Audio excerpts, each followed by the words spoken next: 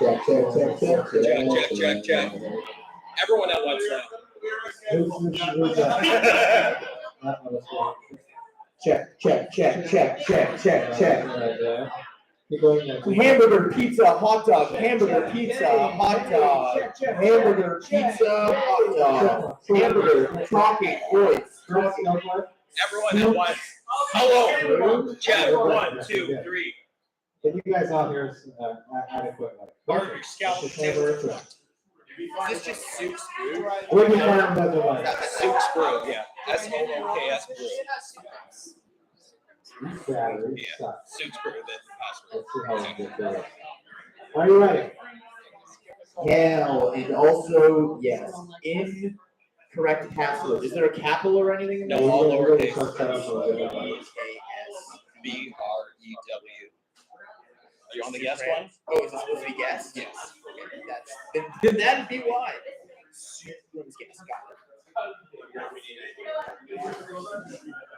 Join. We will be at Fest tomorrow. Yes. Connected. You talking? Dekay, Check. How you doing? hypothetically might have to. This mic sucks? But that looks great. It's just my battery set. Okay. But I'll let you know. Whatever you tell me to do, your show, baby. I love a little roller coaster.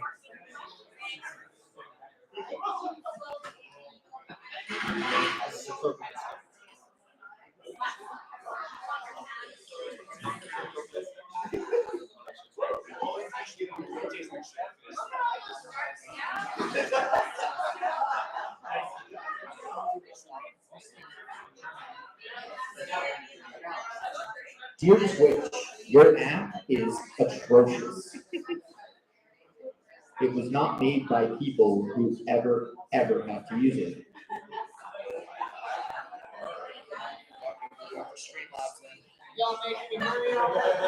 Hell yeah, man.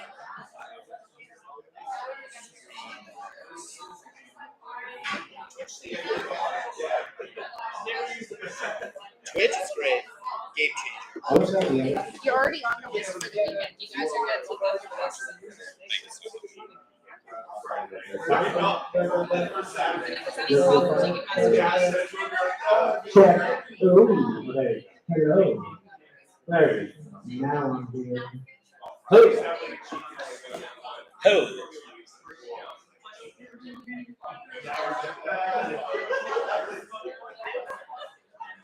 Dropping off. No, you're up. 0 frames per second. What's that? 4 frames per second. Is your connection stable, Hundo P? Yeah. And do you have an FPS count there? Does it tell you? Oh, mine's going now. Flip camera. Your flashes make us look like nerds.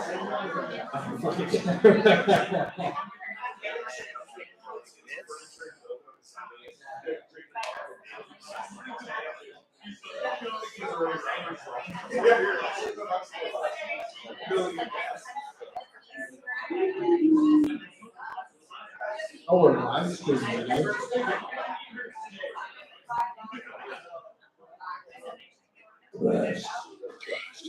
All day or day.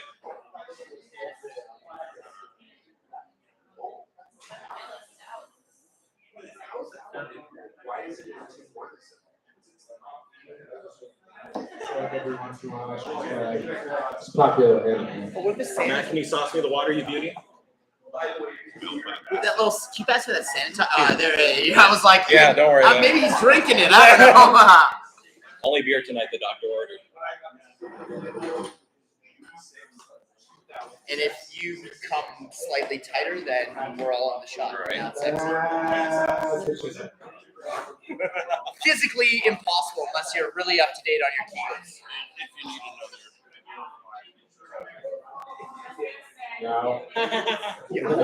What's next? A little bit of homework. There we go. How we go? Ready to go? Oh yeah, fucking. There you go. Yeah, man. Please don't wait for me. Hey, what's up, everyone? Very stoked to be here at Suburbs Brewing, the pre-fest party for Manitoba Metalfest. I'm Matt, the VOX CRYPTOPSY, the host of the VOX and HOPS Metal Podcast. Today, I'm joined by Jesse Matthewson of Ken Mode, Dekay of Exciter. We got Chris from Thrashed. This is going to be a little like roundtable discussion, something special. We're all drinking a very cool beer that Suburbs created just for the event. This is what's this called? Who knows? Help me out here. Tributes. This is called Tribute. It is a vanilla stout. It's a 6.66%. Obviously, how are you guys doing tonight? We need like audience noise. You said that we're live here from Sucrose for Manitoba. We've done this before. Massachusetts, guys, we're gonna do a start with simple. How you guys doing tonight? I'm always sad. Because I live here. I just get to pop in and pop out. How about you, Dekay? There you go. Deepest condolences on living here. Except for Sucrose is badass. And you got Sal's Nips. Those are cool too. I'm good. You know, spent all day in an airport and airplane, much like some other people at this table. So we're drinking some beer to forget about it.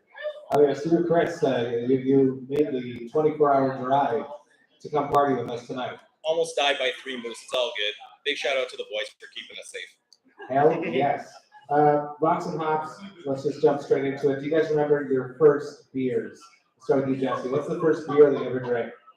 Probably a Vex that I stole from my dad. Terrible. I actually didn't like the taste of beer until the first time we toured Europe and played Belgium. Really? Yeah. Up until then, beer wasn't like a... It's like a necessary thing to get drunk as a stupid teenager, but other than that, And then what happened when you went to Belgium? Obviously, the beer quality got a lot it better. was like a veil was lifted. I can get the feeling and enjoy the experience. Because anyone who's had one of those Belgian double, triple, quadruples, like Jesus Christ, that'll change your life. How about you, Dekay? What was that? Your first beer? It definitely my dad sneaking me a sip of like a Labatt Blue in the basement during, you know, there's hockey on the TV. Mom was upstairs asleep, and I was probably like 6 or 7. But it's funny, like I was one of those kids who like just lied to their parents and said, I love the taste of beer, and I let them buy me that like Beck's non-alcoholic for years. They got barbecues. How old were you when you did that? Dude, like I was like young, like 11, 12, 13. My parents let me smash non-alcoholics at the barbecues. It was awesome. It's pretty sweet. Chris, I don't think I ever asked you this. So your first beer? Probably Moosehead Lager or a Heineken that I stole from my dad when I was younger. I noticed a recurring theme here. Yeah. Shout out Funny to that my dad. dad doesn't drink to this point. He still doesn't drink. No. And my first beers came not from my dad at all. And I remember my first experience with beer, and I said on the podcast a bunch of times, was being a kid in Canada, finding this bottle next to a Dairy Queen and picking it up. And I was wearing like these mittens that my mother had knit me. And just the horrid rancid smell of old beer. And I didn't like beer for a long time because of that. You drank? No, I didn't drink it, I just like picked it up and it like spilled on my mittens, you know? So totally remember that. Second question by a classic VOX and HOPS. The soundtracks of your youth, sticking with your parents, what music was playing in the house when you were not in control of the music? What music did your parents or guardians listen to? Let's keep going in this order, Jesse. I remember Jimi Hendrix, Led Zeppelin, and The Doors. Not bad. It's a good place to start, right there. My dad wanted to fuck me up because he wanted to listen to Nirvana, so he bought me a tape thinking he was too old, not knowing it would ruin my life, and eventually come back and blow up in his face. That's true. Anyone listening, you're never too old to get into a band. No, Even if they're cool and you're allowed to listen to them. as a boomer, you'd be surprised the shit he listens to now. Like when I buy records for myself, I buy them for him too. Really? Yeah, he's a wild man. I love that. Cheers to your thoughts. Dekay. The old man drove a Camaro and loved to listen to Priest and Maiden. So there's a lot of that in the basement. And then upstairs, my mom was always listening to music too. She was into like pop and Dude, she liked Genesis, which was super rad. So there was good. I was lucky, man. There was like good tunes in my house growing up. I had the Heaven and Hell, basically. Dad in the dungeon in the basement, drinking Labatt Blue, watching hockey, listening to Maiden, and Mom upstairs baking cookies, listening to Genesis. It was pretty fucking dope, man. Very young musical parents. No musical skill, but good record collections for both. Fans. Yeah, fans through and through. They both love going to shows too.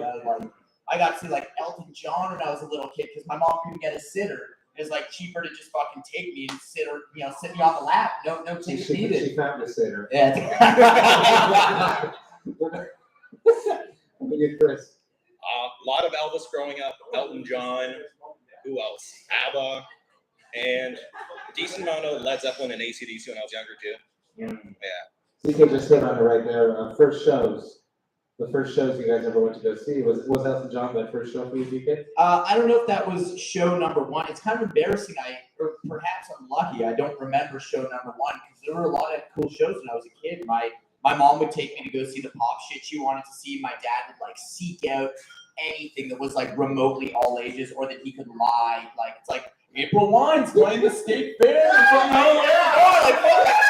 like Canadiana, dude, all that shit. I saw Loverboy when I was a kid. I saw Chillwack when I was a kid. All the good stuff. So yeah, I don't remember show number one. Like big arena show, I remember first one was Ozzy. Like Ozzy with Voivod support was fucking insane. So cool. But yeah, I think it's kind of cool that I don't remember show number one because that means there were a lot of them. Yeah. What a lucky experience. How about you, Chris? Your first show? I think that was at the Air Canada Centre in 2008 with Metallica, Volbeat, and Lamb of God. Pretty sweet show to go to the start. Yeah. God, you're young. Louder! Right Right into the microphone. Thank you, Okay, sorry. cool. Jesse. Oh man, my parents never took me to anything. My first show was a local show. I was obsessed with the band Kittens and found out they were from here. And it was in '96. We went down to Wellington. So it was Kittens, Dead Poets, The Umpires, and Riverdale High, I believe. And Kittens was not an all ages band. And me and Ken Mo's first bassist Daryl were like the only people standing up front as they convulsed and spit all over themselves, and everyone else took 20 steps back. And I ended up playing in a band with those guys years later. So that was my first show, and it fucked me up real good. So that's interesting that you start really at that extreme underground spitting on themselves. I'm so This is happy. normal. This is normal. That was the shit, and it changed the way I approached live music. It had to be like that, something that visceral. Kittens was so fucking good, and anyone around the 90s that was a part of that weird, fucked up Sonic Onion noise / indie rock scene understands. It's too bad they didn't get really outside of Canada too much, because they were truly unique.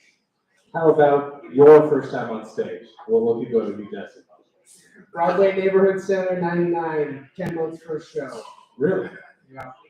We did the same stupid fucking thing. Is that first band? That's for fucking wild. No one does this. I just had Sean from Dagobah, and it was the same situation. Yeah, I And it remember baffles me. we had a thread going on Facebook once where Kurt Ballou from Converge was lamenting the fact that your high school band never breaks up, how cringeworthy it can truly be. And I know Topon from Fuck the Facts was lamenting the same thing where it's like the skeletons never disappear No. when you keep that band together forever. Unbelievable. DK, you were your first show first time on stage. Fuck yeah. I was playing bass and the lead singer of like an all cover and one original band. I'll spare you the name because I'm sure the cache still exists somewhere on MySpace. And yeah, we played like it's called the Barley Mow. It was like a neighborhood pub and a little stage in the corner, and our set list was like Kiss covers and Hendrix covers. It's like atrocious. But like when you're like 14 years old, like I mean, it's fucking lucky just anyone's willing to let you play on their stage. So yeah, the neighborhood bar and grill, bud. Love it. Chris, you were your first show. Less than level in Brampton, Ontario. I was singing and playing bass for my old band. Also not going to shout out that name because I'm sure there's a whole lot of cringy material back then, but I love it. Where Winnipeg, what does Winnipeg mean for you guys? For you, it's a home. as a home. Jesse. I'll be a tomb one day. I mean, I never left here because, I mean, as much as this place can suck, it's also, the more you travel the world, every place sucks. Yeah. So, there's a reason we've exported so many people all across Canada and I mean, really North America. Like, it's a character-driven city, and we've got a lot of creativity that comes from here. And if you see any of the bands who end up being an export, you understand why. DK, what's your biggest memory of Winnipeg? What's your Winnipeg story? I kind of remain, I've been fortunate enough to play this city a shitload of times over the last decade plus, and I remain that this is the most punk rock city in Canada. By far, like, dude, Diamonds would play shows and there'd be like 40 crust punks in the parking lot being like, we can't afford tickets, man. But like, if you guys want to do acid and burn some fucking picnic benches after the show. So like, I have a lot of fond memories of that kind of shit and Sal's Nibs and all sorts of good Winnipeg stuff and venues that have come and gone. And I kind of do this with Corey when he picks me up at the airport today. He's like, what venues have you played here? Some of them exist and some of them don't, but the spirit of this city has always been punk rock. Don't fucking play here in January. You're fucking insane. And somehow I've done that half a dozen times, dude. Fuck that. It's usually pretty sweet though. It's cold. Yeah, shows are sweet. Yeah, you gotta get everybody from every other band outside to help you load gear through fucking 9 feet of snow. It's insane. Shout out to Corey, Dekay Productions, putting on the Manitoba Metalfest. Yeah! Nice and cheers. Chris, you have a Winnipeg story. I have two. So one is that episode from The Simpsons where they're driving into Winnipeg and on the sign says, "Welcome to Winnipeg population, blah, blah, blah. We were born here. What's your excuse?" So there's that in 1993, Timo Solani shooting the glove up in the air. Timo's an absolute fucking legend. And the Winnipeg Jets. Yes. I have, my story is, I remember the first time I played Winnipeg, and Melinda, who drove me here today, I didn't remember, and I remembered as we were talking just now. It was at the venue, which is next to a hotel back in the day of 2008, where it was in a sketchy part of town. Aussies. I think the Albert. I remember the day, I remember the party afterwards, now that I think about it, and Ollie from CRYPTOPSY has told me that he stayed in that hotel next to it, and there was blood everywhere. That's the Rose way. The Albert arms and legs. I would like to dig into a deeper, more spicier question. You guys are 3 guests that sort of have something in common, which is monetizing metal. Jesse, for yourself, you are basically the band accountant. Yeah, me and my brother. Although it's funny to say monetizing metal because, like, as an artist, I'm probably the least successful of all the people out here. The yin and yang of that I love. Yeah. But because we're nerds, we decided we make money handling other people's money, bands that people actually like. DK, you kill it on Twitch and stuff, so monetizing metal that way. You've done stuff with Banger, you've done other things involving making money while being a musician, outside of just playing the shows. Chris, you have a merch company basically now that is metal themed. Let's talk about the authenticity of being a metalhead, of exactly the perfect yin and yang, Jesse, of being true with a V instead of a U. Metalhead, but yet still being a capitalist. Go for it, Jesse. Yeah, it's really just trying to, it's the way, especially my brother and I approach this. There are so many blood-sucking vampires in our industry, and we like to be the people who bring in and manage the money from a band perspective, as people who've slept on people's floors for 15 years and got fucked over by everyone and anyone. So we're here to beat the shit out of people and do the nerdy stuff so our clients don't get fucked. And honestly, it's been a lot of fun. The fact that I get to make a living doing this is fucking cool. Because this has ultimately been a long game that I've been playing since I was like 19 years old, where I literally have like an out-of-body experience in a science lab in university because I was in like biosciences, and I thought like, what the fuck am I doing here? Like, I don't give a shit about this, and I'll never be good at this because I don't give a shit about it. Yeah. And the only thing I care about is music, and I would never make money doing that. So I might as well find something I can do where I can make some money even in that realm. So I don't know how the fuck we walked into this, but I think it's just because we toured for so long and met so many people that they inherently trust us, which that's why the fuck wouldn't you when you know we're not posers, right? DK, monetizing yourself, the side hustle, it's so important for musicians to survive nowadays. You're absolutely right, and I think it's funny you're talking about like monetizing metal. I think it's pretty much like the only genre where you can make $75 and be like hella successful. Like the bar is set right low. Feel good, right? Like the bar, we're like the comedians of the entertainment world. It's like literally getting paid $60 and $75 a night, and so I mean the bar is quite low. But I think that much to resonate what I think everyone at this table feels is that I knew from the youngest of ages that this is all I wanted to do.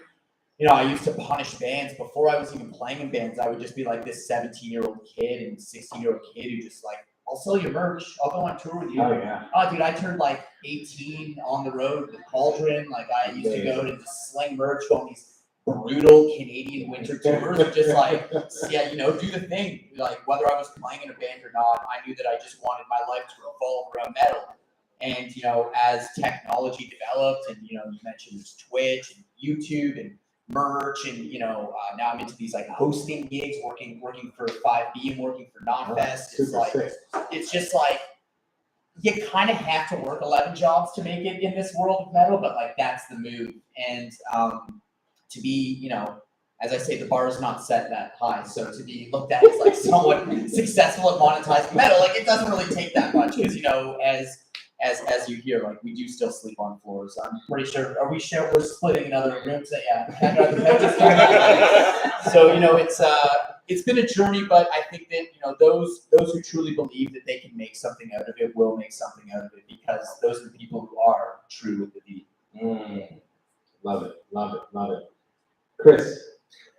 To echo what Danny said, when you're doing something like metal or going on any endeavor by yourself, you have to be authentic with who you are, and you're going to be wearing a lot of hats. Transition. We have thrash hats here. You can always.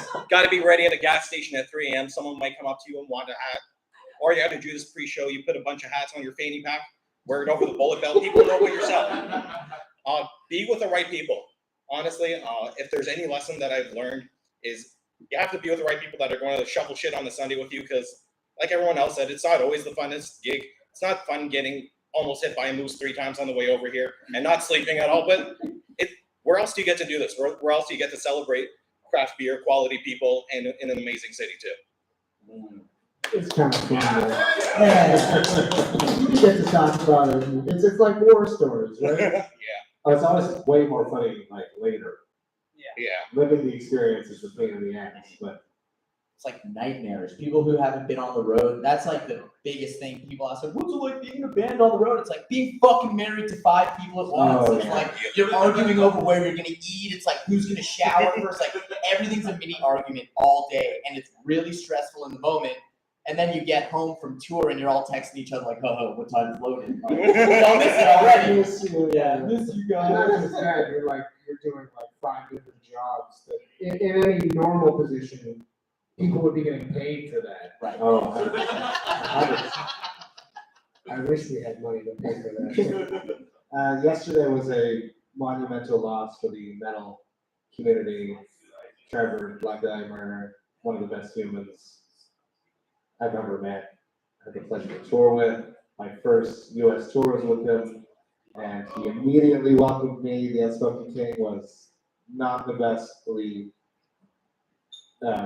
accepted metal album, but he welcomed me with open arms. So I want to talk about mental health, and I want to talk about opening up about feelings as a metalhead.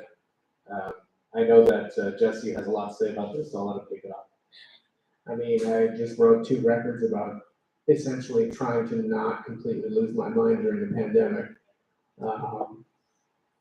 Yeah, it's a weird one, especially in the metal community. Like a lot of it comes out through lyrics, but I don't feel anyone's actually talking about it outside of that. Like fans of bands will talk to the people who are writing lyrics about how much they help them through hard times, blah blah blah, but they don't talk to their fucking friends about it. And it's funny because I was talking to you just before we started the podcast about how I've been having these kinds of conversations more and more frequently.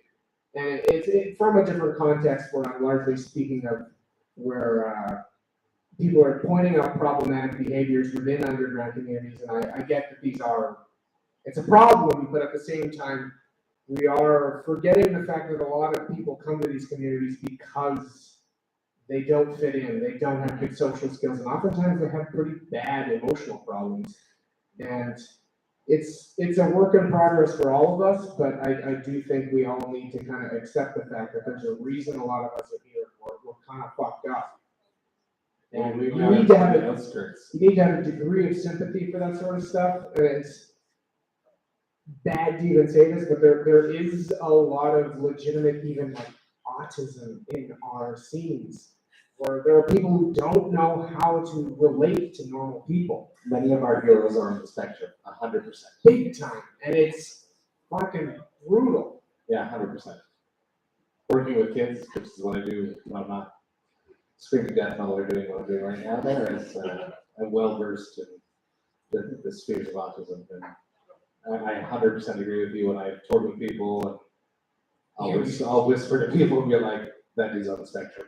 And he's fighting some fucking demons. Yeah, and it's hard to understand that if you're not in that person's shoes. And it's very, very prevalent in aggressive music because there's a lot of emotion that isn't going fucking anywhere. Yeah. And then you take it away the touring, which is the outspurt, the outpouring, the cathartic release. Yeah. Well, even for myself, like during the pandemic, I have 2 major coping mechanisms for my own battles with clinical depression, and it is this fucking band and Muay Thai. Both disappeared. So, hasn't been a good time. Things are coming back, it's looking good. Slowly. And then I hurt myself while training. That's life, though. That's like life saying, you're 40 now. We're getting older. Fuck you, dude. Chris, talk about mental health and the importance of opening up as a metalhead, and I have something to say about it. Yeah, absolutely. And you've been an incredible friend in this capacity too. I've been in recovery for the past year and a half for PTSD, BPD, and social anxiety disorder. I grew up with a learning disability.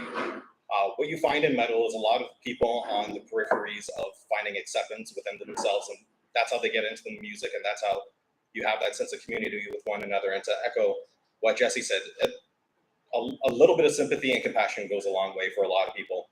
And whatever that healing process looks like for you, be it therapy, medication, exercise, or music, or the outlet of doing something creative, there's something that you can always reach out to someone else, and always just try to be a bit compassionate and check in on your boys, check in on the people that you love. Dekay, what do you have to say about this subject? I really love like all these, profound and deep ideas and, lovely words coming out of the mouths around me. And I think I'm going to take a little bit more of the raw approach here and just say this like without any sugar on it at all. If there were less people in our scene, in our world, there are less people who created this stigma that you're a fucking pussy if you go to therapy, and you're fucking soft if you can't deal with your problems yourself, and that's not the fucking manly metal way to do it. If we could drop that bullshit for a minute, I'd have a fucking shitload of my friends that would still be alive. Mm-hmm. So fuck off with that shit. Help! My phone number is available to anyone who wants it. Hit me up on a fucking DM, an email. Very accessible. I will talk to a stranger. I will listen to anyone, anytime. There's nothing wrong with reaching out to a friend for help or to a professional for help. That's why it exists. There's nothing soft about that. In fact, you're fucking tough if you're able to realize That's the biggest battle, is realizing that you need someone else, man. We can't do everything ourselves. We try, we go on tour and we wear these 5 hats every day and we're doing all these jobs and we're supposed to be indestructible, but you got to slow down for a minute and take care of yourself. It's so fucking important. And it pisses me off when people discredit the importance of that. And dude, like, getting called soft for seeking therapy, like, get fucking real. Like, get fucking real, man. To interject some humor into that, the concept of metalheads acting like tough guys. My brother and I kind of laughed at the concept a fair amount the last bunch of years, because like real tough guys, like the tough guys in high school didn't turn to fucking metal. They play sports. They do something to get women. They don't turn to the thing that like pushes everyone away. So stop pretending you're tough, because if you were tough, you'd do something else. None of us are tough.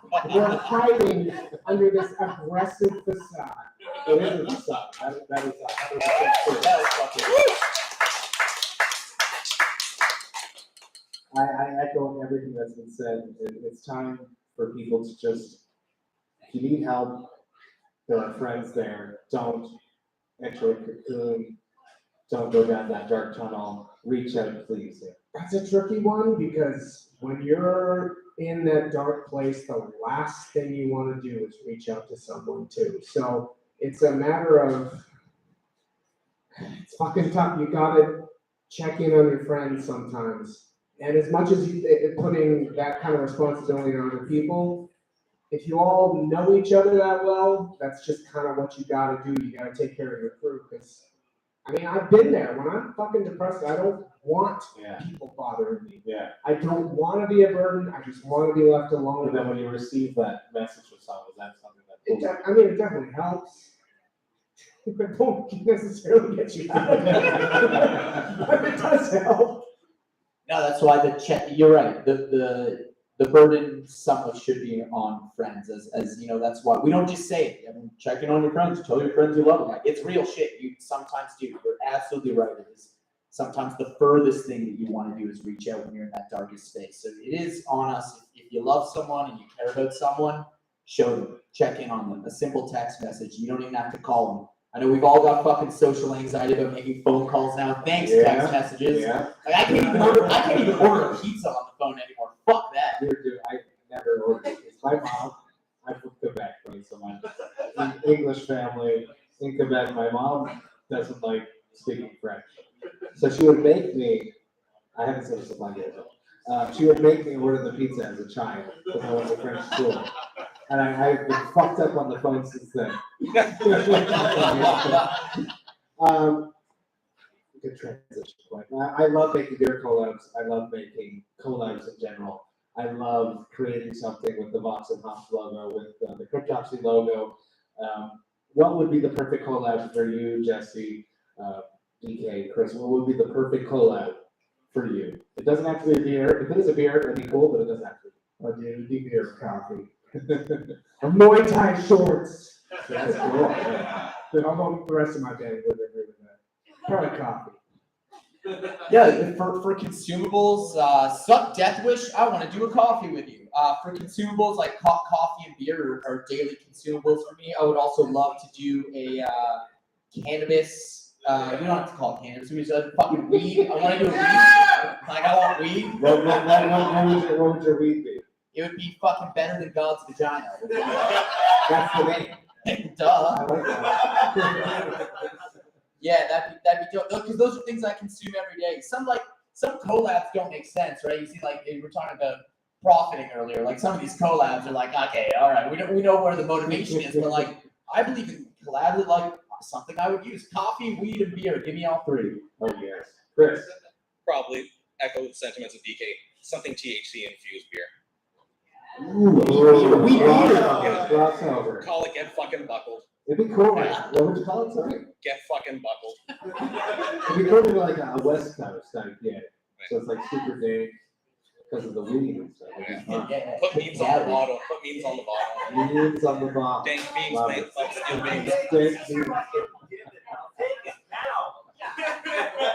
I'm very lucky I have the podcast. Before I sit down here, I get this like same little feeling that I get before I crawl on stage. Am I prepared enough? Am I ready? Is the sound gonna work? We're gonna have one shitty mic. I get that vibe, you know. So it's the same thing. I'm filling the void of performing live with the podcast. How would you guys fill the void of performing live? Dekay, you've been on tour a whole bunch, so you have to tell me before you've been on tour. Yeah, so I mean, like, I'm in no position to say no to anything after sitting alone in an apartment, a 4x4 apartment in downtown Toronto with me and my cat. No other human around town for 2 years is like, really, you want to talk about fucking dark. So I was super lucky that I discovered Twitch. Hi, Twitch, how you doing? I discovered Twitch, and I went, you know, in a busy tour week, I would play guitar fucking 10 hours a week max, you know, like 6 shows a week, 90-minute sets, whatever. I started playing guitar 45 hours a week to a live audience. Wow. It was like bigger than the average live audience my band was playing to. Dude. It was a game changer. Because at first, dude, I had no motivation. All the shows were canceled, like 150 shows canceled. I'm like, I pick up my guitar and I'm like, what am I even playing for? I don't want to write an album. There's no shows to tour it on, and I don't need to practice a set. So like, I don't need to learn any more fucking Metallica songs, that's for sure. So like, there's nothing to do, right? So I wasn't playing guitar at all for the first couple months, and then man, I discovered Twitch. And I literally have met thousands of like-minded people who are now a community. We're the Dekay Army. And now I've been on tour for the last 2 months. How many people have come out? I've met like almost 100 people from that community over the last 2 months. Like some nights I'm trying to escape the venue to get like a low-key drink somewhere, like next door, and like 25 people will follow me because like we're that tight now. It's community. It's real shit. And Good for you. yeah, it's been a game changer. So I mean, I literally Twitch changed and saved my life. I don't know what I would have done without it, because it is literally just me and a cat in that apartment. Chris, filling the void of going to shows, performing shows. Cats are fucking rad. Definitely creating an online community.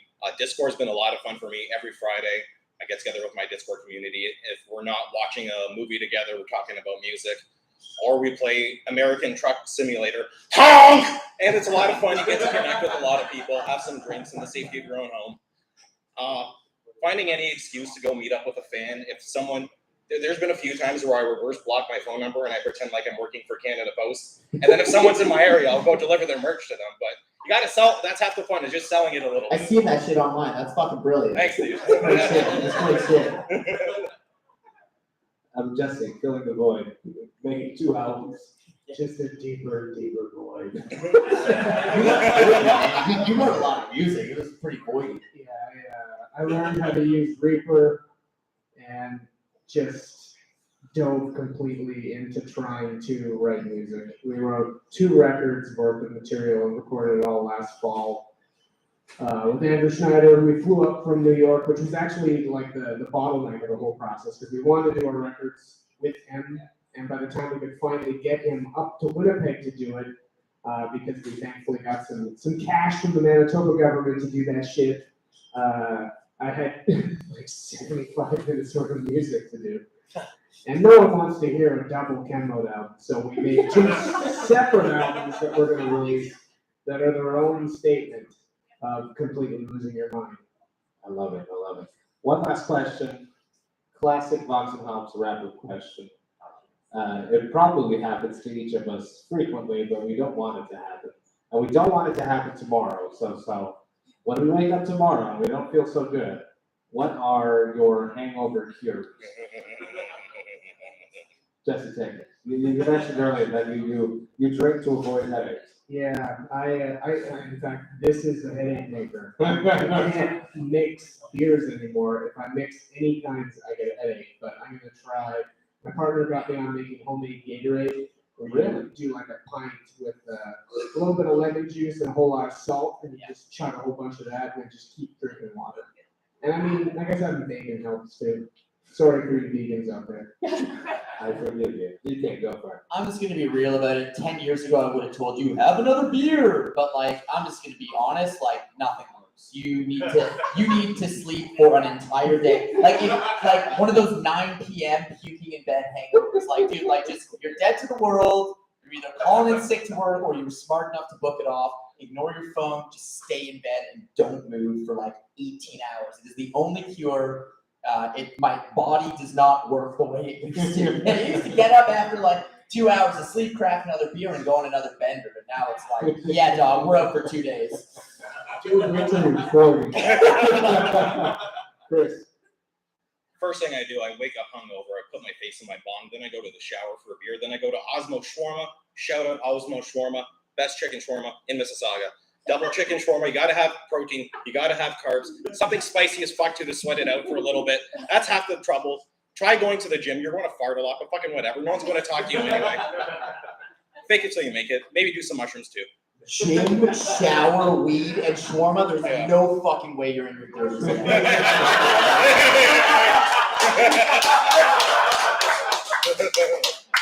On that note, I'm going to wrap this up. This is an excellent hang with Jesse, DK. Chris, thank you so much for hanging with me. Talking about life, metal, and craft beer at Suprem's Brewing. Live episode here.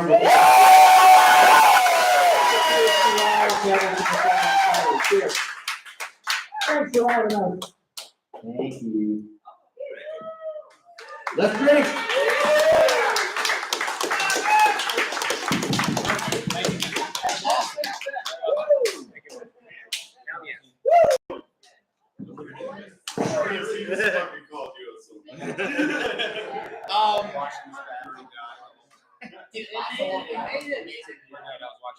The other thing we had coming to talk, Jesse